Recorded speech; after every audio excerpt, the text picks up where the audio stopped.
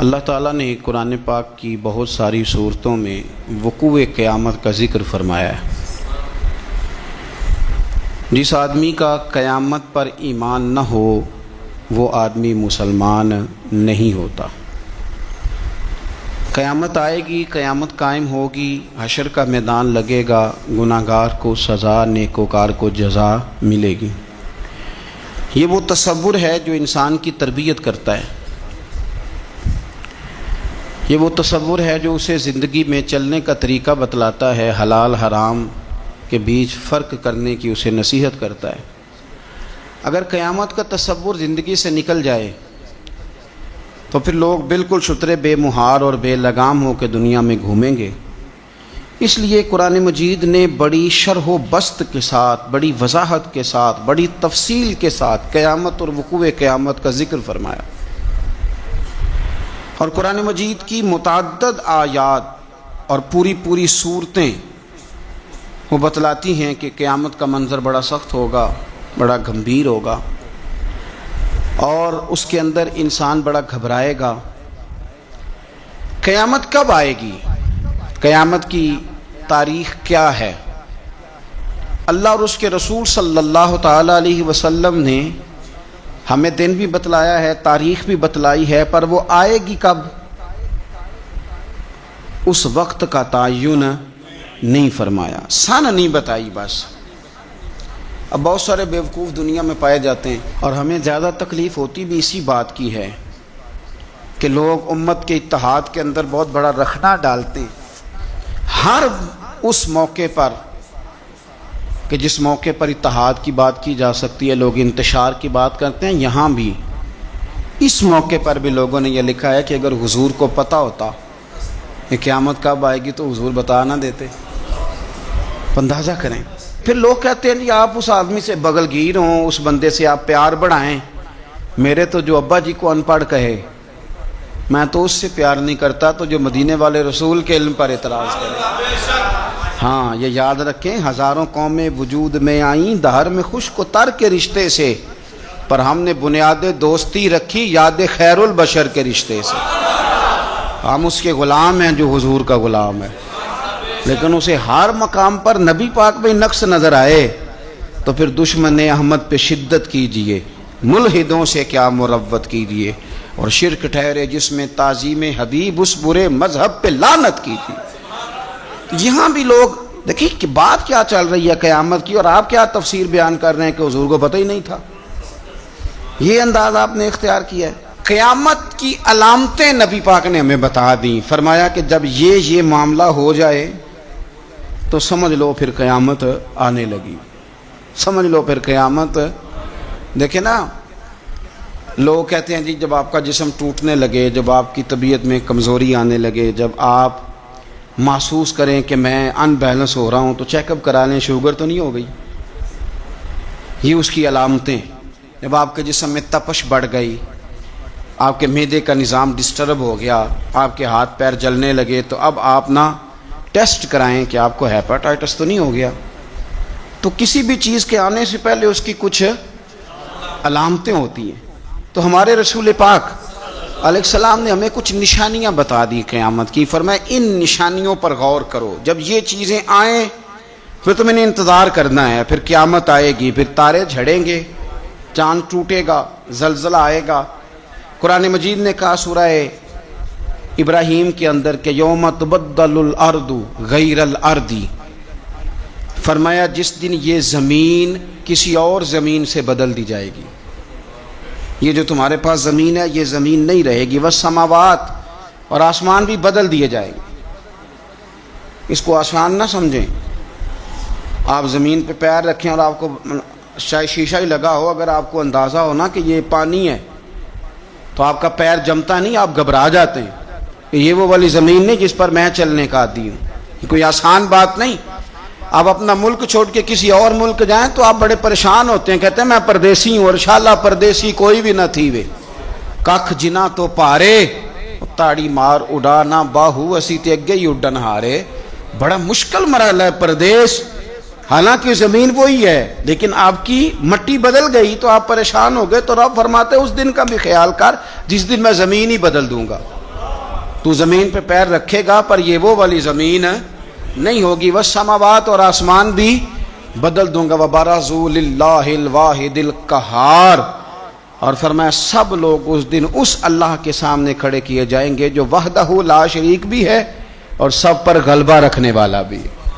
اس دن سب اس کے سامنے کھڑے ہوں گے۔ میرے نبی کریم صلی اللہ تعالی علیہ وسلم، نبی پاک علیہ السلام نے دو قسم کی نشانیاں بیان کی۔ ایک علامات کبریٰ ہیں، بڑی بڑی نشانیاں، جیسے دجال آئے گا، یاجوج ماجوج نکلیں گے، حضرت عیسیٰ علیہ السلام آئیں گے، امام مہدی علیہ السلام تشریف لائیں گے، تو یہ بڑی بڑی نشانیاں۔ لیکن اس سے پہلے چھوٹی چھوٹی نشانیاں بھی حضور نے بیان فرمائی، اور فرمایا یہ تو مجموعی طور پر ہوگا نا، ساری دنیا کے لیے دجال آئے گا، یہ تو مجموعی طور پر ہوگا نا کہ ساری دنیا کے لیے امام مہدی آئیں گے، جناب عیسیٰ آئیں گے، یہ تو مجموعی ہے۔ لیکن تم انفرادی طور پر بھی اپنے دائیں بائیں دیکھو کہ یہ جو چھوٹی نشانیاں یہ تمہارے اندر تو نہیں پیدا ہو گئیں۔ بخاری مسلم میں حدیث ہے، حضرت سیدنا عمر فاروق رضی اللہ تعالیٰ عنہ حدیث کے راوی ہیں، تو نبی پاک صلی اللہ تعالیٰ علیہ وسلم سے کسی نے پوچھا کہ حضور قیامت کے بارے میں کچھ بتائیں، تو نبی پاک صلی اللہ علیہ وسلم نے فرمایا جب لونڈی اپنے مالک کو جنے، جب ماں اپنا آقا پیدا کرے تو سمجھ لو قیامت آنے والی ہے، پھر قریب آ گئی ہے۔ ماں جب اپنا آقا پیدا کرے، مانا کیا کہ جب بچے اتنے نافرمان ہو جائیں کہ ماں پہ حکم چلائے، اولاد ماں کو حکم سنائے، حکم اماں زیادہ باتیں نہ کیا کر، اماں تو بھی تھوڑا صبر کر، حوصلہ کر۔ جب بچے ماں باپ کو باتیں سنائیں، حکم چلائیں، چونکہ بیٹا کماتا ہے تو وہ اپنے ابا جی کو کہتا ہے کہ ابا جی اب آپ ٹھہرے، آپ کو نہیں پتا، اب میرے ہاتھ میں سارا کچھ ہے۔ فرمایا جس دن تم یہ دیکھو کہ لونڈی نے آقا جنا ہے، ماں نے بیٹا نہیں پیدا کیا، اپنا سردار پیدا کر بیٹھی ہے، تو پھر تم اس دن یہ نہ کہنا بے سکونی ہو گئی، بدامنی ہو گئی، بلکہ اس دن سمجھ لینا کہ قیامت آنے لگی۔ بچے مسلط کریں، آپ یقین کریں بچے مسلط کرتے ہیں، بچے منوا لیتے ہیں اپنا آپ، بڑے نادان ہیں، اپنی جان پہ ظلم کرتے ہیں۔ اور میں نوجوانوں کو ایک بات عرض کروں، ماں باپ کی بات ماننے کا نام ان کی خدمت نہیں، ان کو خرچہ دینے کا نام خدمت نہیں، بلکہ بتائے رسول کریم علیہ السلام نے کیا فرمایا؟ فرمایا رضا اللہ فی رضا الوالد،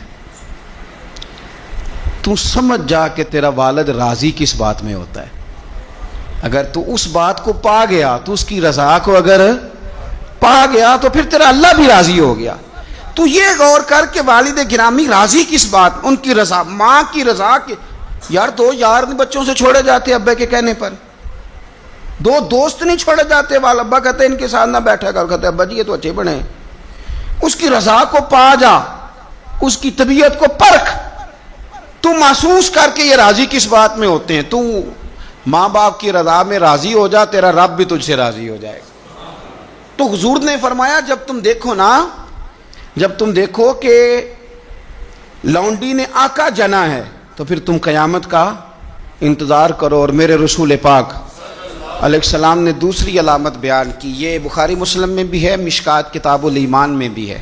حضور صلی اللہ علیہ وسلم فرمانے لگے جب تم دیکھو کہ ننگے پاؤں، ننگے بدن والے محتاج لوگ، بکریاں چرانے والے، ننگے بدن والے، ننگے پیروں والے، یعنی جن کے پاس پہننے کو کپڑا نہیں تھا، پہننے کو جوتا نہیں تھا، بکریاں چرا کے گزارا کرتے تھے، وہ جب محلات پر فخر کرنے لگے، جو بڑی بڑی کوٹھیوں میں رہنے لگے، تو پھر سمجھ لو قیامت آ گئی ہے۔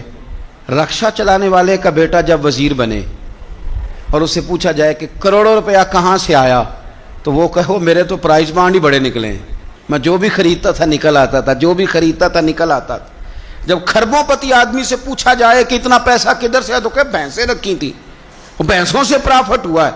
ہم اللہ کے فضل پر معاذ اللہ کسی قسم کا کلام نہیں کرتے، لیکن میرے رسول پاک علیہ السلام نے فرمایا کل تک جس کے پاس جوتا نہیں تھا، پہننے کو کپڑا نہیں تھا، جب وہ محلات پر فخر کرنے لگے اور یہ بتانا اس کے لیے مشکل ہو جائے کہ میری کروڑوں اربوں کی جائیداد کہاں سے آئی، قوم کو لوٹ کر جب لوگ بڑے بڑے محلات پر فخر کریں، تو حضور نے فرمایا پھر یہ نہ سمجھنا ہماری معیشت خراب ہو گئی، یا پھر انتظار کرنا پھر قیامت آئے گی۔ پھر تم نے قیامت کا انتظار کرنا ہے، قیامت آئے گی۔ حدیث سنیے نبی کریم صلی اللہ تعالی علیہ وسلم، یہ آپ نے علامتیں محسوس کرنی ہیں، یہ بخاری مسلم کی حدیث ہے۔ ایک شخص نے نبی پاک صلی اللہ تعالی علیہ وسلم سے پوچھا کہ یا رسول اللہ صلی اللہ علیہ وسلم مجھے قیامت کے بارے میں کچھ بتائیں۔ حضرت ابو ہریرہ رضی اللہ تعالیٰ عنہ فرماتے ہیں کہ حضور پہلے ہی قیامت کے بارے میں گفتگو کر رہے تھے۔ اس نے پوچھا کہ یا رسول اللہ قیامت آخر آئے گی کب؟ اللہ کے حبیب علیہ السلام نے اس کو بھی بتایا، ایک تیسری علامت بیان کی۔ حضور فرمانے لگے جب امانت کو ضائع کیا جائے تو قیامت آ جائے گی۔ اب ذرا وضاحت دیکھیے میرے نبی کریم کی، جب امانت کو ضائع کیا جائے گا تو قیامت آ جائے گی، قیامت آئے گی۔ تو اس نے فوراً عرض کی حضور امانت کب ضائع کی جائے گی؟ حضور امانت کب ضائع کی جائے گی؟ تو نبی پاک صلی اللہ علیہ وسلم نے فرمایا جب امانت نااہل کے سپرد کر دی جائے، جب کرسی پہ وہ بندہ بٹھا دیا جائے جو اس کا اہل نہیں ہے تو قیامت آئے گی۔ جب کرسی پر نااہل آدمی بیٹھتا ہے، نااہل، تو پھر میرے نبی پاک نے فرمایا پھر قیامت آتی ہے۔ آپ اس کو چھوٹا نہ سمجھیں، ہمیں تو بس اتنا پتہ ہے کہ بندہ میری برادری کا تو میں نے ووٹ دینا ہے، ہمیں تو اتنا پتہ ہے کہ بندہ میری پارٹی کا تو میں نے ووٹ دینا ہے۔ نااہلوں کے سپرد کر دیا سارا کچھ، جنہیں خبر ہی نہیں تھی، اس قابل ہی نہیں تھے۔ حضرت ابو ذر غفاری رضی اللہ تعالیٰ عنہ وہ خوبصورت صحابی ہیں کہ جن کے تقوی کی گواہی حضرت عثمان غنی جیسے لوگ دیا کرتے تھے کہ یہ نیک اور پرہیزگار بندہ ہے۔ اتنے شاندار حضرت ابو ذر غفاری، اتنے بڑے آدمی۔ انہوں نے عرض کیا یا رسول اللہ صلی اللہ علیہ وسلم فلانے صوبے کا گورنر ٹھیک نہیں، تو آپ اس طرح کریں مجھے گورنر بنا دیں اس صوبے کا۔ تو نبی پاک علیہ السلام نے فرمایا ابو ذر تو نیک آدمی ہے، تو نفیس آدمی ہے، تو اچھا آدمی ہے، تو پرہیزگار ہے، لیکن حضور علیہ السلام فرمانے لگے تو گورنری کے قابل نہیں، یہ ایک بہت بڑی امانت ہے، بہت بڑی ذمہ داری ہے، تو اس ذمہ داری کو اٹھانے کی طاقت نہیں رکھتا، اس قابل تو نہیں ہے۔ محبت اور چیز کا نام ہے، قابلیت یہ بھی ہو سکتا ہے کہ کوئی آدمی کسی چیز سے مخلص ہو لیکن اس کی قابلیت نہ رکھتا ہو۔ قابل آدمی کو آپ بٹھائیں گے، مخلص ہونا اور ہے، قابل ہونا۔ ایک آدمی آپ سے بڑا پیار کرتا ہے پر وہ ڈاکٹر نہیں، تو دوائی اس سے لیں گے کہ ڈاکٹر سے لیں گے؟ تو آپ کہیں ڈاکٹر تو میرا واقف ہی نہیں، میں نے تو یہ پیار بڑا کرتا ہے دوائی اسی سے لینی ہے۔ بھئی محبت اور چیز ہے، قابلیت ہم نااہلوں کے سپرد مانتے کرتے ہیں، یہ مان جانا چاہیے ہمیں۔ ملا رومی نے ایک بڑی خوبصورت بات لکھی ہے، بڑی خوبصورت، اور فرماتے ہیں ایک بادشاہ نے باز رکھا ہوا تھا، باز بڑا تنگ تھا بادشاہ سے۔ تو باز جو ہوتا ہے نا اس کے ناخن بڑے ہوتے ہیں، اس کے پر بھی بڑے ہوتے ہیں، اس لیے کہ اس نے پنجوں کے ساتھ اپنا شکار پکڑنا ہوتا ہے، پروں کے ساتھ پکڑنا ہوتا ہے، تو اس کے ناخن بھی بڑے بڑے تھے، پر بھی بڑے بڑے تھے، پر وہ بادشاہ سے تنگ بڑا تھا کہ یہ جو ہے اس نے مجھے قید کیا ہوا ہے۔ ایک دن پنجرا کھلا تھا تو باز اڑ گیا، ایک بوڑھی اماں کے گھر چلا گیا۔ بوڑھی نے بڑا پیار کیا، پہلے تو تھپکی دی، پھر چوری کھلائی، پھر بڑی محبت کری۔ باز اس سے بڑا راضی ہوا، اس نے کہا یہ اماں ٹھیک ہے، قید تو نہیں نہ کرتی، چوریاں بھی کھلاتی ہے، پیار بھی بڑا کرتی ہے۔ تو اماں ایک دن کہنے لگی کتنا بیوقوف تھا بادشاہ جس کے پاس تو رہتا تھا، تیرے نہ کبھی ناخن کاٹے نہ تیرے بال کاٹے۔ اس نے اس طرح پکڑا اور پہلے اس کے ناخن اتارے، بڑا چیخا، بڑا چلایا کہ میرا تو کمال ہی میرے ناخنوں میں ہے۔ انہیں کاٹ ڈالے، پھر اس نے کینچی لی اور اس کے پر کاٹے، کیونکہ دیکھو کتنا برا حال کیا ہوا ہے۔ اب وہ نہ شکار پکڑنے کے قابل رہا نہ اڑنے کے قابل رہا، حالانکہ اماں نے کیا پیار ہی ہے، لیکن وہ پیار کر سکتی تھی، باز رکھ سکتی، اس کو رکھنے کے لیے کچھ صلاحیتیں، کچھ خوبیاں چاہیے۔ بادشاہ ڈھونڈتے ڈھونڈتے اس کے گھر آگے آ کے دیکھا تو اس کا برا حال ہے، اس کے قریب آیا تو وہ باز رونے لگا، تو کہنے لگا مجھے واپس لے چل، تیری قید ہی مجھے اچھی ہے۔ تو اس نے کہا تو یہاں کیوں پڑا؟ کہنے لگا یہ پیار بڑا کرتی تھی لیکن اسے پیار کرنا آتا ہے پر باز رکھنا نہیں آتا۔ جو باز رکھنے کا انداز ہے وہ اور ہے، پیار کرنے کا رنگ اور ہے۔ ہمارے ہاں لوگ کہتے ہیں بندہ اچھا بڑا ہے، میں کہتا ہوں اچھا ہونا اور بات ہے اور کسی عہدے کے قابل ہونا اور ہے، اور بات ہے۔ تو جب نااہل کے ذمے کام لگائے جاتے ہیں تو پھر کیا ہوتا ہے؟ پھر قیامت آتی ہے نااہلوں کے ذمے۔ 6 نشانیاں حضور نے اور بیان کی بخاری مسلم میں۔ نبی پاک صلی اللہ تعالیٰ علیہ وسلم نے فرمایا جب علم اٹھا لیا جائے گا اور جہالت کی کثرت ہو جائے گی، اور تیسرا فرمایا جب زنا کاری بہت زیادہ ہونے لگے گی، چوتھے نمبر پہ فرمایا جب شراب عام ہو جائے گی، اور پانچویں نمبر پر فرمایا جب مردوں کی تعداد کم ہو جائے اور عورتوں کی زیادہ ہو جائے، اور چھٹے نمبر پہ فرمایا جب تم دیکھو کہ 50 عورتوں کی سرپرستی کرنے والا ایک مرد ہے، ان کی نگہبانی کرنے والا ایک ہے، ایک مرد ہے 50 عورتیں، جب یہ 6 علامتیں آئیں تو سمجھ لو قیامت آنے والی۔ علم اٹھا لیا جائے گا۔ علم کیسے اٹھتا ہے؟ علماء جب چلے جاتے ہیں اور پیچھے نئے علماء تیار نہیں ہوتے تو پھر علم اٹھ جاتا ہے۔ بہت سارے ضلعوں کے ضلع ایسے ہیں جہاں عالم نہیں ملتا، سکہ آدمی نہیں ملتا، ضلعوں کے ضلع۔ ہمیں شوق ہی نہیں کہ ہمارا بچہ عالم بنے، ہمارا مزاج ہی نہیں، اور علم کی بات ہم سنتے بھی نہیں، نہ ان لوگوں کے قریب بیٹھنا، ان سے کچھ لینا ہمارا مزاج ہوتا ہے جو علم کے معاملے میں رسوخ رکھتے ہیں، ہمارا مزاج نہیں۔ علم اٹھتا جا رہا ہے۔ آپ یقین کریں کہ فتویٰ لینے کے لیے سکہ آدمی نہیں ملتا، اور ہم اپنے بچوں کو اس فیلڈ میں لانے کو تیار نہیں۔ میرے حضور نے فرمایا جب زنا بڑھنے لگے، کیسے کہوں کہ عالمی اعداد و شمار کہتے ہیں پاکستان میں زنا تیزی سے سستا ہوتا جا رہا ہے، زنا کرنا آسان ہو رہا ہے، شرابیں فخر کے طور پر پی جاتی ہیں۔ وہ کہتے ہیں جی یہ چودھریوں کی شادی ہے، وڈیروں کی شادی ہے، اس پہ شراب نہ آئے تو شادی کیسے آگے بڑھے گی؟ یاد رکھیں، ہمارے صوفیاء کہتے ہیں، بزرگ کہتے ہیں کہ شراب پیشاب سے بھی زیادہ پلید چیز کا نام، اس سے بھی زیادہ پلید ہے یہ۔ تو اپنے تصورات کو سمجھیں۔ جب عام ہو جائے یہ کام، عام، جب جہازوں کے اندر، انٹرنیشنل فلائٹس کے اندر شراب عام ملے، جب آپ کے ملک کے اندر 14 کمپنیاں رجسٹرڈ ہوں جن کو اجازت ملی گئی ہو کہ آپ شراب بنا سکتے ہیں، بیچ سکتے ہیں، تو پھر حضور نے فرمایا قیامت کا انتظار کرنا۔ میرے رسول پاک علیہ السلام نے فرمایا، ابو داؤد شریف کی حدیث ہے، حضرت سلمہ بنت حران ایک صحابی ہیں، وہ فرماتی ہیں کہ نبی پاک صلی اللہ تعالی علیہ وسلم نے فرمایا کہ قیامت کے قریب نہ لوگوں کو مسجد کے لیے امام نہیں ملے گا، لوگ ایک دوسرے کو دھکا دیں گے کہ نماز پڑھاؤ، نماز پڑھاؤ۔ کہاں ملتے ہیں ائمہ مساجد؟ پہلے تو امام کی تنخواہ اتنی زیادہ ہے کہ کوئی امام لگنے کو تیار ہی نہیں، اور اگر خیر سے کہیں کوئی امام لگ جائے تو پھر یہ کہ اگر 25 نمازی ہیں نا تو 25 کی الگ الگ بولی ہے، الگ الگ رویہ، الگ الگ سوچ ہے۔ امام بیچارے نے 25 کے معیار پہ پورا اترنا ہے، 25 کے معیار پہ۔ اگر ایک کے معیار پہ بھی پورا نہیں اترا تو وہ کل بھی فارغ ہے اور آج بھی وہ فارغ ہے، چھٹی ہے اس کی۔ 25 بندوں کے معیار پہ آپ نے پورا اترنا ہے۔ ایک کہتا ہے کہ مولوی صاحب صبح فجر کی نماز ہی تو مزیدار ہوتی ہے، تو قرآن شریف زیادہ پڑھا کریں، دل کر رہا ہے سننے کو، کہیں جانا ہے۔ تو دوسرا کہہ رہا ہے حضرت صاحب ڈیوٹی بھی کرنی ہے، مہربانی فرمائیں نماز ذرا چھوٹی پڑھائیں۔ اب اگر اس کی مانے گا تو یہ ناراض ہو جائے گا، اگر اس کی مانے گا تو وہ ناراض ہو جائے گا۔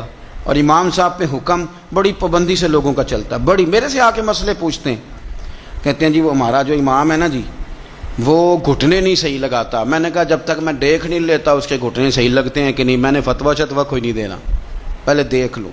حالت خستہ ہوتی جا رہی، مساجد کے اندر ڈیوٹیاں کرنے والے لوگوں کی تعداد تیزی سے کم، اور میں بڑی معذرت کے ساتھ عرض کروں گا یہ مصلی رسول ہے، یہ مصلی پہ امام کھڑا ہوتا ہے، یہ مصلی ہے۔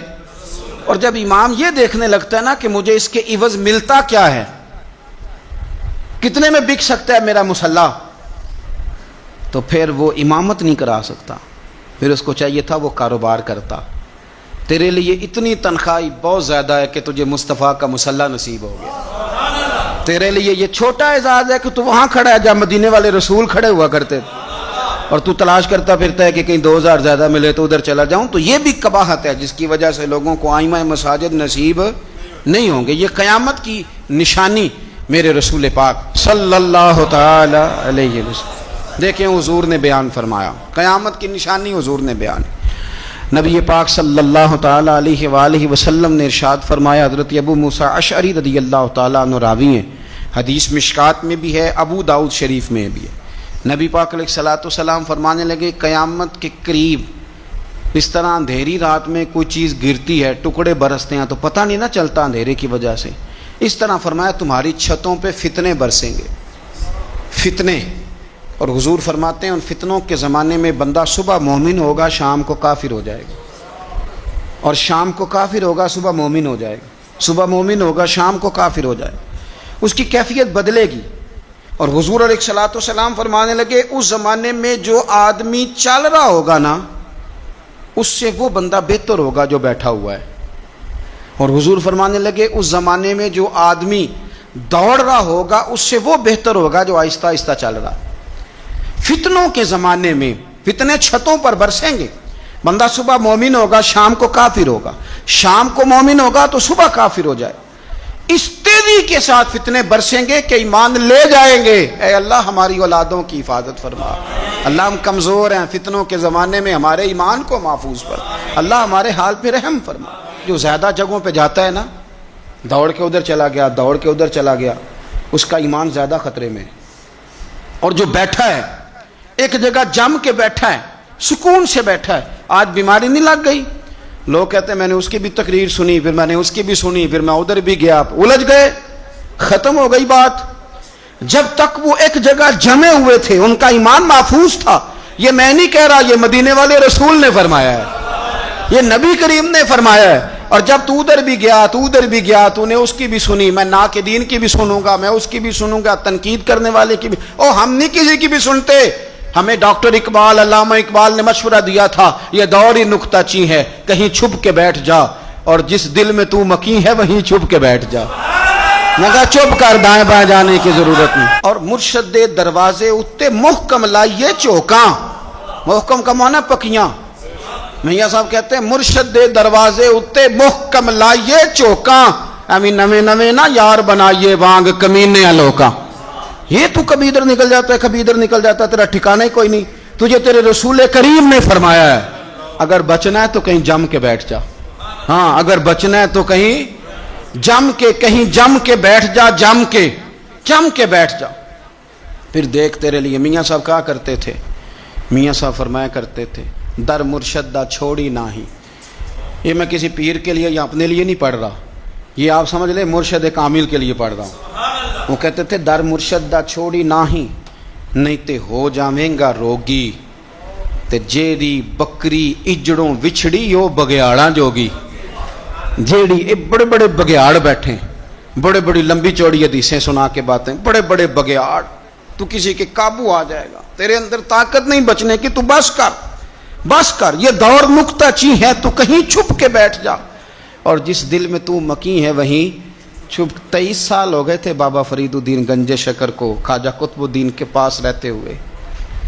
تو ایک شخص، یار اس رنگ کو، یہ ایک مزہ ہے، یہ جو ساری دنیا دیکھنے کا چسکا ہے نا، اور ساری یہ خراب کر دے گا۔ 23 سال ہو گئے تو خواجہ قطب الدین صاحب کی خدمت میں کسی نے کو بندہ آیا دلی میں، تو اس نے آ کے بابا فرید سے پوچھا فلانے محلے جانا ہے، تو آپ فرمانے لگے مجھے نہیں پتا۔ تو وہ کہنے لگا آپ بھی نئے آئے ہیں؟ فرمایا نہیں 23 سال ہو گئے۔ تو اس نے کہا پھر آپ کو پتہ ہی نہیں؟ تو فرمانے لگے 2 گلیوں کا پتہ ہے، ایک جو مرشد کے گھر جاتی ہے، دوسری جو واپس آتی ہے۔ مرشد دے دروازے اتے محکم لائیے چوکاں، ایویں نویں نویں نہ یار بنائیے وانگ کمی۔ تو اگر فتنوں سے بچنا ہے تو آپ جم کے شریعت پر، دین پر اچھے طریقے، فتنوں سے بچیں، نئی نئی کہانیاں سننے سے بچیں۔ جو نئے لوگ آ جاتے ہیں نا نیا میک اپ کر کے کہ ہم اصل چیز لے کے آئے، اصل نہ بھائی، اصل وہی تھا جو داتا علی اجویری لے کے آئے تھے، اصل وہی ہے جو معین الملت والدین عطائے رسول خواجہ معین الدین چشتی لے کے آئے، اصل وہی ہے جو حضرت بہاءالحق نقشبند بخاری نے بتایا، اصل وہی ہے جو شیخ شہاب الدین سہروردی نے بتایا، اصل وہی ہے جس کی تبلیغ غوث اعظم جیلانی نے فرمائی، جنہوں نے اپنی محبت کے ساتھ لوگوں کو دین کے اندر لا کر کے لوگوں کی روحوں تک مذہب اتارا۔ تو فتنوں کے زمانہ، یہ قرب قیامت کا زمانہ ہوگا، بھانت بھانت کی بولیاں، نئی نئی کہانیاں، ہمیں کیا لگے ان کہانیوں سے، ہم نے تو یہ بات سمجھ لی ہے، یہ بات ہمارے دل میں بیٹھ گئی ہے کہ بعد از خدا بزرگ توئی قصہ مختصر، اس پر جمے رہیں، اس پر قائم رہیں، اسی پر اللہ کی بارگاہ سے خاتمہ بالخیر مانگیں۔ ایک بات بڑی ضروری ہے، وہ میں نے آپ سے ضرور کرنی ہے۔ ایک آیت ہے قرآن پاک کی سورت بقرہ پہلا سپارہ آیت نمبر 120۔ اللہ تعالیٰ نے ایک حد بیان کر دی، فرمایا وَلَن تَرْضَىٰ عَنْكَ الْيَهُودُ وَلَا النَّصَارَىٰ حَتَّىٰ تَتَّبِعَ مِلَّتَهُمْ۔ فرمایا یہ یہودی اور عیسائی تم سے ہرگز راضی نہیں ہوں گے. یہ قرآن ہے اور سادہ ترجمہ تفسیر کی بھی ضرورت نہیں. یہ معاہدے کر لیں, محبت کے وعدے کر لیں, یہ تم سے راضی نہیں ہوں گے. کب راضی ہوں گے؟ حتی تتبع ملتہم, یہاں تک کہ تم ان کے دین کی پیروی کرنے لگ جاؤ. میرا جب پہلی دفعہ پاسپورٹ بنا تو میں نے سارا پڑھا, کتابیں پڑھنے کا شوق تھا شروع سے.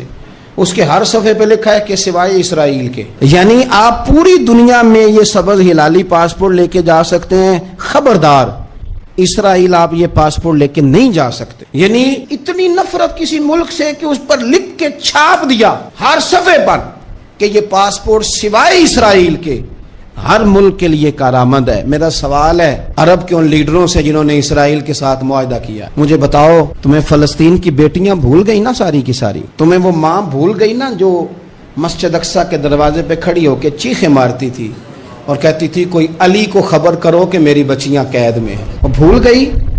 تمہیں وہ بہن بھول گئی نا جس پر شراب کی بوتل انڈیڑتے تھے اسرائیل کے فوجی؟ وہ آپ کو ابھی بھی ویڈیو مل جائے گی. وہ انڈیلتے تھے شراب کی بوتل, اسے پکڑتے تھے, دست درازی کرتے تھے, اور وہ بیٹی کہتی تھی یا رحمت للعالم. بھول گیا تمہیں وہ سارا کچھ؟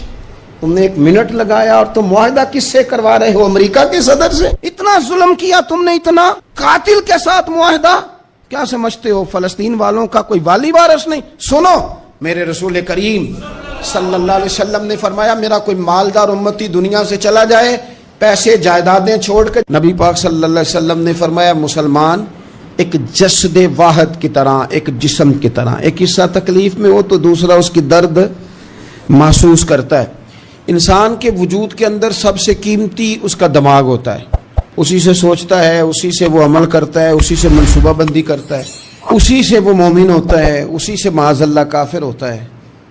اور وجود کے اندر جس کو درجے کے لحاظ سے بولنے میں بعض اوقات کم درجہ سمجھا جاتا ہے وہ پیر ہوتے ہیں.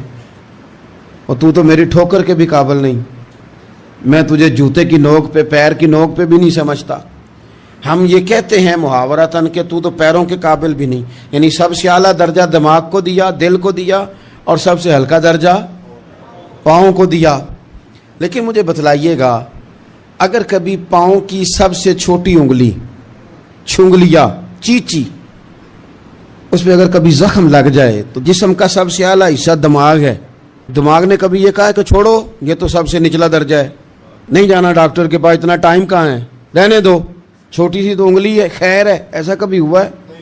دماغ فوراً کہتا ہے کہ باقی کام بعد میں کریں گے, پہلے ڈاکٹر کا پتہ کرو, اس کو مرہم پٹی کراؤ, کیونکہ اسے پتہ ہے کہ اگر یہاں درد رہی تو باقی جسم میں بھی درد رہے گی. اور یہ بھی پتہ ہے دماغ کو کہ اگر میں نے یہاں علاج نہ کرایا انگلی کا تو کہیں پیر بھی سارا زخمی نہ ہو جائے, اور اگر پیر کا علاج نہ کرایا تو ٹانگیں اور باقی وجود تک بھی زخم نہ آ جائے. لہذا دماغ جلدی فیصلہ کرتا ہے, ٹیسٹ کرانے کا, چیک اپ کرانے کا, دوائی لینے کا, مرہم پٹی کا.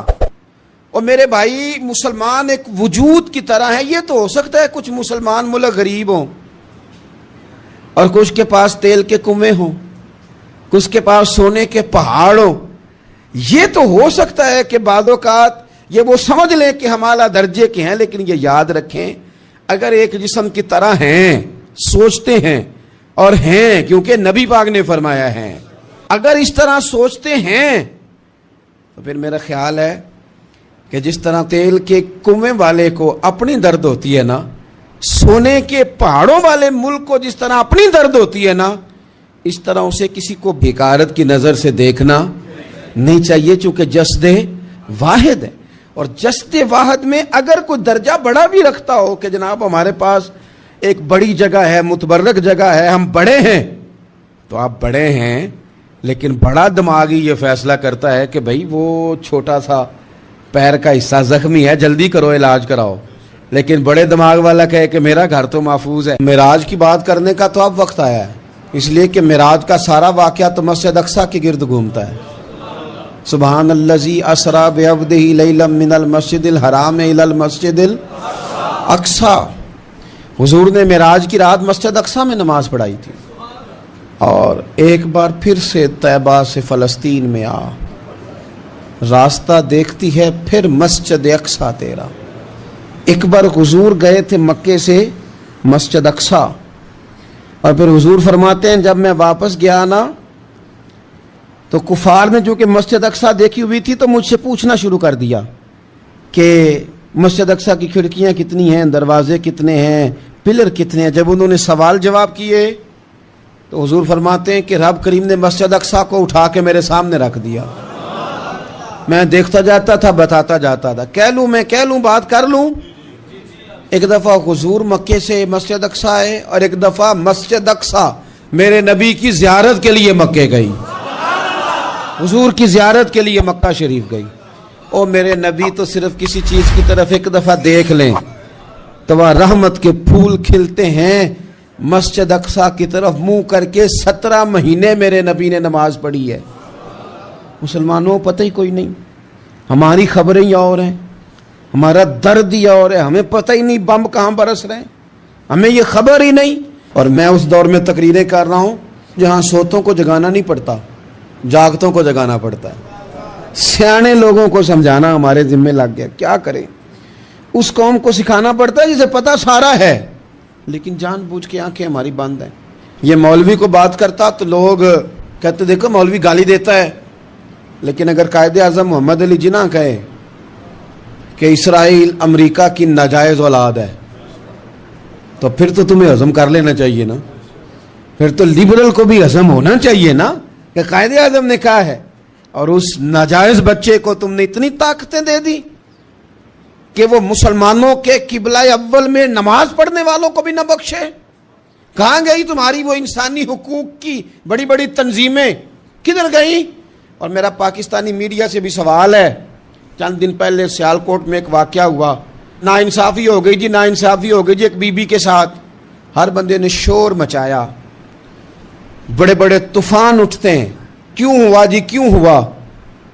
تو مسجد اقصی کی توہین ہو گئی تو پھر طوفان کیوں نہیں اٹھا؟ ٹاک شو کیوں نہیں ہوئے؟ بحثیں کیوں نہیں ہوئی؟ میں اس موم بتی مافیا کا کیا کروں؟ ان لبرل لوگوں کا کیا کروں؟ ان کے سپورٹروں ووٹروں کا کیا کروں؟ ان سیاسی جماعتوں کے کارکنوں کو کیا نام دوں کہ جو ان فضول بحثوں میں تو وقت ضائع کرتے ہیں، اور وہ مسجد اقصی جس کے بارے میں میرے نبی پاک صلی اللہ علیہ وسلم سے ایک صحابیہ نے پوچھا تھا، یا رسول اللہ مسجد اقصی میں نماز پڑھنا کتنا کو بہتر ہے باقی نمازوں کے مقابلے میں؟ تو حضور نے فرمایا 1000 گنا بہتر ہے۔ بی بی عرض کرنے لگی، سونیا میں جا تو نہیں سکتی، دل بڑا کرتا ہے۔ تو حضور نے فرمایا جا نہیں سکتی تو وہاں تیل ہی بھجوا دے، جس میں حاضری لگوانے کی حضور بات کریں جس مسجد میں۔ اور نبی پاک علیہ السلام نے فرمایا خاص کر کے سفر کرنا ہوا تو 3 مسجدوں کے لیے کرنا، ایک مسجد حرام بیت اللہ کے لیے، ایک مسجد نبوی کے لیے، اور تیسرا مسجد اقصی کے لیے۔ بیت المقدس مسجد اقصی معمولی جگہ نہیں، حضور نے فرمایا 3 سفر کرو تو سمجھنا ہم عبادت کر رہے ہیں۔ کون کون سے؟ فرمایا اگر بیت اللہ جاؤ تو عبادت سمجھ کے جانا، مسجد نبوی کی طرف جاؤ تو عبادت ہے، اور مسجد اقصی کی طرف جاؤ تو یہ بھی عبادت ہے۔ اور فرمایا مسجد اقصی میں جس نے ایک نماز پڑھی اسے 25,000 نمازوں کا ثواب ملے گا۔ اور میرے رسول پاک نے یہ وہ مسجد ہے جس کے ساتھ معراج شریف جڑا ہوا ہے۔ قرآن پاک نے کہا کہ اس مسجد میں سبحان اللہ اسریٰ بعبدہ لیلا من المسجد الحرام الی المسجد الاقصی۔ مسلمانوں قرآن کہتا ہے کہ تمہارے معراج کی شان رسول پاک کی مسجد اقصی سے جڑی ہے۔ جس محبوب کو رب معراج کرائے تو مسجد اقصی میں لا کے کرائے۔ وہ جگہ معمولی جگہ ہے، وہ معمولی جگہ ہے مسجد اقصی۔ نبی پاک نے وہاں نبیوں کی امامت کرائی، 17 مہینے اس مسجد کی طرف منہ کر کے تیرے اور میرے رسول نے نمازیں پڑھی۔ چھوٹی جگہ ہے، اور پوری دنیا کا مسلمان اسے چاہیے شرم سے گڑ جائے۔ ایک امریکہ کا صدر بول کے کہتا ہے کہ اسرائیل کو اجازت ہے اسے دارالحکومت بنائے، اور مسلمان حکمران بیان دے رہے ہیں ظالموں لٹیروں تم اپنی سیاستیں چمکانے کے لیے پہلے ایک دوسرے کو گالیاں دیتے ہو، پھر اکٹھے بیٹھ جاتے ہو نمبرنگ کرنے کے لیے۔ تم دین کے اس مسئلے میں سارے اکٹھے کیوں نہیں بیٹھے؟ سارے پاکستان کے سیاستدانوں کو، علماء اور مشائخ کو چاہیے تھا ایک پیج پہ اکٹھے ہوتے، اکٹھے بیٹھ کے ایک بیان ہی دے دیتے، ایک بات ہی کر دیتے۔ پھر میرا سلوٹ ہے ترکی کے صدر کو، پھر میرا سلوٹ ہے ترکی کے صدر کو. اس نے بہت عرصہ پہلے کہا تھا مسجد اقصی میری خواب میں آئی تھی اور رو کے کہتی تھی آئے مجھے کوئی صلاح الدین ایوبی کا ماننے والا, کوئی آئے مجھے بچائے. کہتے میری خواب میں آئی تھی اور روتی تھی, کہتی تھی کوئی آئے. اور ایک شاعر نے کہا مسجد اقصی نبی پاک کو بھی بلاتی ہے, کہتی ہے ایک بار پھر طیبہ فلسطین میں آ, راستہ دیکھتی ہے پھر مسجد اقصی تیرا, ایک بار پھر سے طیبہ سے فلسطین میں آ, راستہ دیکھتی ہے پھر مسجد اقصی تیرا. کوئی بولا ہے نہیں اتنا مقدس مقام, چھوٹے چھوٹے بیان, کہیں اکٹھے ہو جاؤ, میں بتاتا ہوں تمہیں مسئلے کا حل کیا ہے. میں بتاتا ہوں, دو کام کرو. ایک کام وہ کرو جو حضرت سلمان فارسی نے کیا تھا, سنو سنو حل سنو مسئلے کا. میں چھوٹا آدمی ہوں پر حل سنو مسئلے کا. زندگی میں ایک کام مسلمان کر لے, جٹ بن کے, بھٹ بن کے, رائی بن کے, پاکستانی, مصری, سعودی بن کے بڑا جی لیا. ایک کام وہ کرے جو حضرت سلمان نے کیا تھا. جب ایک کافر نے پوچھا آپ کا نام کیا ہے تو فرمایا میرا نام اسلام ہے. بولیے سارے میرا نام. کہا تمہارے باپ کا نام, فرمایا اسلام. دادا کا نام کا اسلام, پردادا کا نام. بازو تیرا توحید کی قوت سے کمی ہے, اسلام تیرا دیش ہے تو مصطفی ہے. ایک کام وہ کرو جو حضرت سلمان نے کیا تھا. کافر جب پوچھے تو کہو ہم سارے اسلام ہیں, ہم سارے کیا ہیں, ہم پہلے مسلمان ہیں, باقی بعد میں کچھ اور چیز. دوسرا کام وہ کرو جو حضرت امیر معاویہ نے کیا تھا. سن لو یہ حال ہے اس مسئلے کا. سنو حضرت مولا علی شیر خدا رضی اللہ تعالیٰ عنہ اور جناب امیر معاویہ کی جنگ ہو رہی تھی, لڑائیاں ہو رہی تھی, اختلافات تھے, فوجیں بیٹھی تھی. حضرت مولا علی اور جناب امیر معاویہ کی جنگ ہو رہی تھی. تو روم کے بادشاہ نے, عیسائی بادشاہ نے حضرت علی کو خط لکھا کہ میں تیرے اوپر حملہ کرنے والا ہوں. خط لکھا نا حضرت علی کو, تو جواب حضرت امیر معاویہ نے لیا. چاہیے تھا نا مولا علی جواب دیتے, حضرت امیر معاویہ بولے اور بول کے کہنے لگے اور روم کے کتے, ہم گھر میں جتنا مرضی لڑے, یہ نہ سمجھنا تو علی پہ حملہ کرے گا تو میں تماشا دیکھوں گا. فرمایا تو علی پہ حملہ کر تو صحیح, علی سپہ سالار ہوگا اور امیر معاویہ اس کا سپاہی ہوگا. گھر میں جتنا مرضی لڑے پر رسول اللہ کے نام پہ ہم اکٹھے ہو جایا کرتے ہیں. یہ رسول اللہ کا دین ہے, اس پہ ہم اکٹھے ہیں, یکجان ہیں. فرمایا علی سپہ سالار ہوگا اور امیر معاویہ سپاہی ہوگا, اکٹھے نکلیں گے اور کفر کو بتائیں گے کہ اگر تم مسلمانوں کی طرف دیکھو گے پھر ہم یکجان ہیں, پھر ہم بولیے پھر ہم گنبد خضرا کے سائے تلے ایک ہیں, ایک ہیں, ایک تھے اور ایک رہیں گے. اس لیے یہ دو کام اگر مسلمان کرے, دو کام ٹھیک ہے, اختلاف ہو گئے, بڑا کچھ ہو گیا, لیکن ان سے کہیں کہ جب تم آؤ گے تو پھر ہمیں علیحدہ نہیں پاؤ گے, پھر ہمیں تم اکٹھے پاؤ گے, اکٹھے میدان میں نکلیں گے. اور کوئی اتنی لمبی چوڑی بات نہیں, میں کیا کروں, میرا تو آئیڈیل بنتا جا رہا ہے طیب اردگان. عجیب بات ہے نا کہ اس کے پاس اپنی طاقت آپ سے کمزور ہے, آپ کی تگڑی ہے. اس کے پاس جو فوجی طاقتیں ہیں وہ اپنی جگہ پر, آپ کی فوجی طاقتوں کا لوہا مانتی ہے دنیا. لیکن پھر مجھے کہنے دو نا, میدان میں بندہ ایٹمی طاقت سے نہیں لڑتا, ایمان کی قوت سے لڑتا ہے. اور بول اٹھا ہے نا, کیا کر لیا اس نے اپنی پارلیمنٹ سے خطاب کیا ہے, مطالبہ ہے, علماء سے گزارش ہے, مشائخ سے گزارش ہے, ہر مکتبہ فکر کے آدمی سے گزارش ہے, علماء اور سیاستدانوں سے اپیل ہے کہ پارلیمنٹ کا مشترکہ اجلاس بلائیں, مشترکہ, اس میں ہر سیاسی جماعت کا لیڈر بیٹھے اور اکٹھے بیٹھ کے ان کو یہ میسج دے کہ بازو تیرا توحید کی قوت سے قوی ہے, اسلام تیرا دیش ہے تو مصطفی. اور ان کو بتائیں کہ ہزاروں قومیں وجود میں آئیں, دہر میں خشک تر کے رشتے سے ہم نے بنیاد دوستی رکھی, یاد خیر البشر کے رشتے سے. مسلمان ہی نہیں ہوتا. صلاح الدین ایوبی اپنے خیمے میں بیٹھے تھے, ایک بی بی آ گئی, اس قبیلے کا کوئی شخص مسلمان نہیں ہوتا. بی بی آئی, آ کے کہنے لگی میرے 4 بیٹے جنگ میں کھو گئے, چھوٹے چھوٹے بچے جنگ میں کھو گئے, مل نہیں رہے, فوجیوں کو حکم دے مجھے میرے بچے تلاش کر کے دے. صلاح الدین ایوبی نے جج پر سر پہ امامہ باندھا, نیزہ پکڑا, سینے بند باندھا, اپنے جبے کو سمیٹا اور باہر کہنے لگی تو کدھر جا رہا ہے؟ کہنے لگا میں خود تیرے بچے تلاش کر کے دوں گا. صلاح الدین چند سپاہی ساتھ گلی گلی نکلے، گلی گلی فجر کے نکلے، اثر ہو گئی، تھک گئے، 2 نمازیں صحرا میں پڑھی، جنگل کے اندر پہنچے تو ایک کونے میں 4 بچے ایک جگہ ڈرے اور سہمے ہوئے بیٹھے ملے۔ صلاح الدین ایوبی اٹھا کے لائے، ماں کو کہنے لگے تیرے بچے ہیں، نکلا اس لیے تھا کہ میرے نبی نے فرمایا بچے جدا ہو تو ماں کو درد بڑا ہوتا ہے، اور میرے رسول نے فرمایا تھا جب جنگ کرنے جاؤ تو کھیت برباد نہ کرنا، فصلیں تباہ نہ کرنا، بچوں کو ماں سے جدا نہ کرنا۔ فرمایا میں سوچ رہا تھا تیرے بچے کہیں میری وجہ سے جدا ہو گئے تو مصطفیٰ کو جواب کیا دینا؟ فرمایا تیرے بچے ڈھونڈ کے لایا ہوں۔